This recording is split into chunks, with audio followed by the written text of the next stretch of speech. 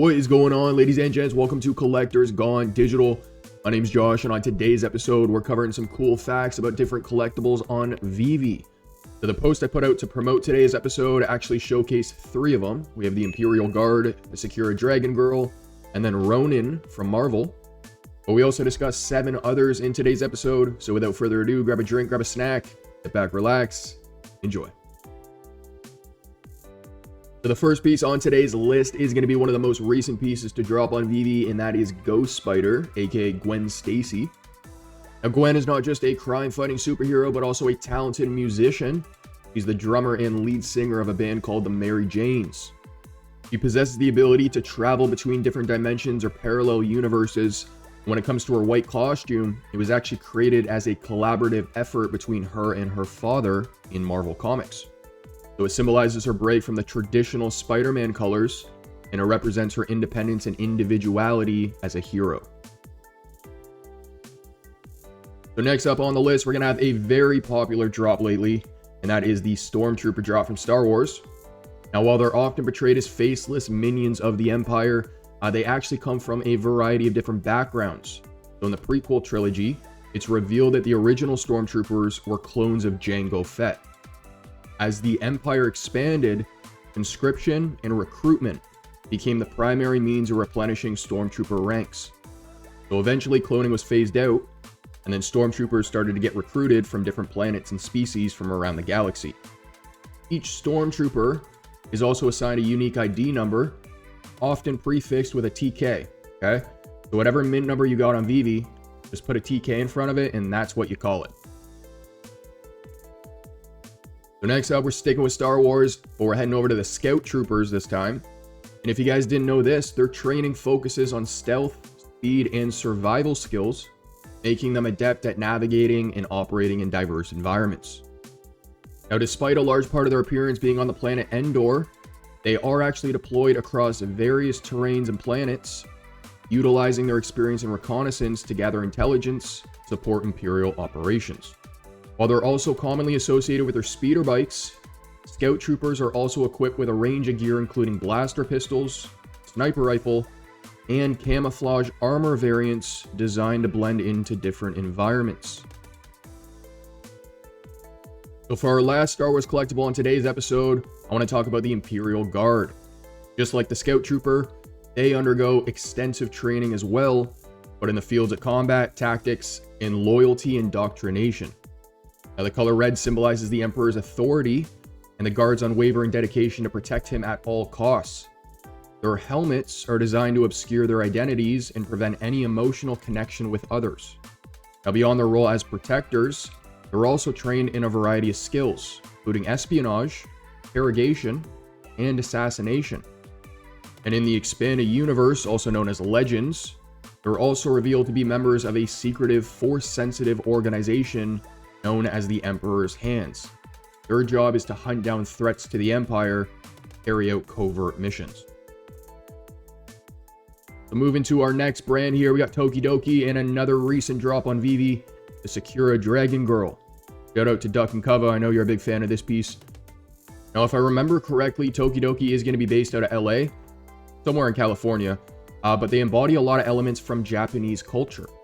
So Sakura actually means cherry blossom, and cherry blossoms hold significant cultural symbolism in Japan. You also have the dragon.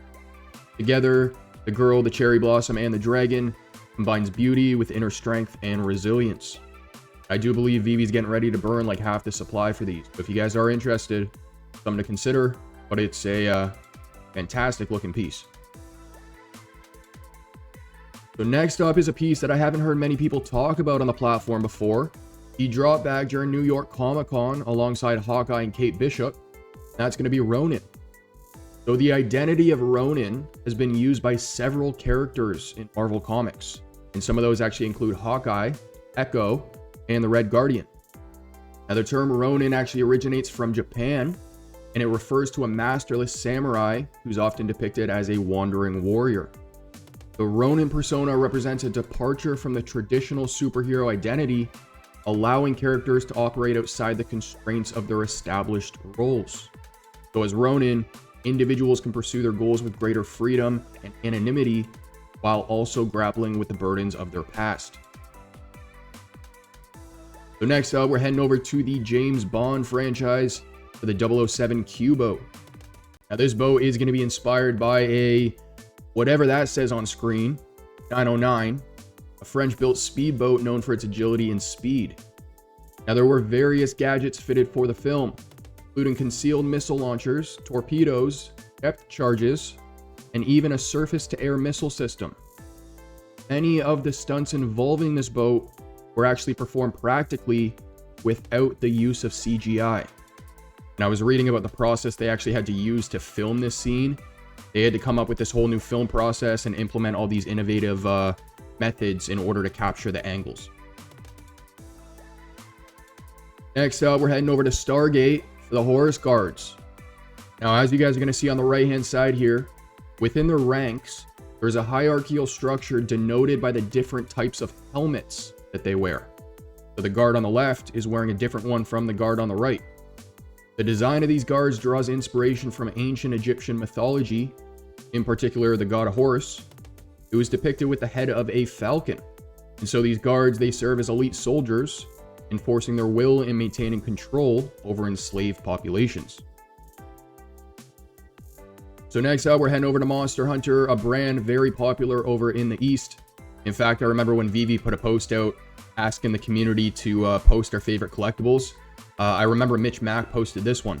So I have a feeling he's probably a fan of Monster Hunter. But on the right-hand side, you guys are going to see Velkhana.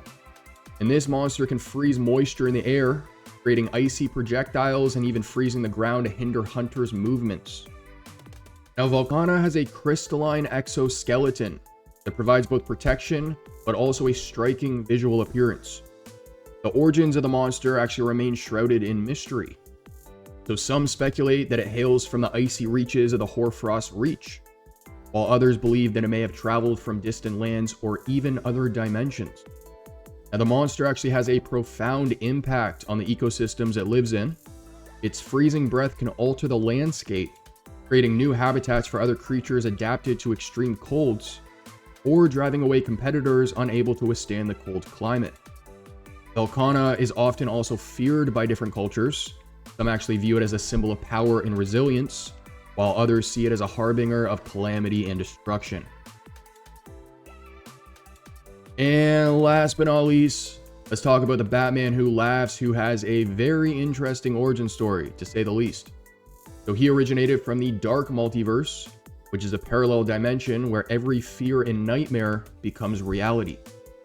Now, the transformation of the Batman Who Laughs actually occurred when he killed the Joker in his universe, only to inhale a deadly toxin which was released upon his death. Now, this toxin altered his physiology, merging his intellect and strategic brilliance with the Joker's insanity and sadism, which as a result created a deadly combination. Now, the character is actually effectively immortal. However, this immortality comes with a price, as he's condemned to exist in a state of perpetual madness and agony, trapped between the two identities. I'm actually really pleased to have included this one on the list because I didn't know some of that stuff. So if you guys are in the same boat as me, now you know. Ladies and gents, that's going to conclude today's episode. I hope you enjoyed. Those were some cool facts about 10 different collectibles on VeVe. We covered Stormtroopers, Scout Troopers, Imperial Guards, Horus Guards. We covered the Ghost Spider, Ronin, Sakura Dragon Girl, the 𝗘𝗵𝗿 from James Bond, Velkhana from Monster Hunter, and last but not least, the Batman Who Laughs from DC. Now, I believe this was part 8. I'm kind of losing track now how many fun facts episodes we've done. But if you guys do enjoy the series or have any feedback for me, please let me know down below. But if you enjoy the content, make sure to like and subscribe. Comment down below what you want to see in a future episode. As for our next, I'll catch you then.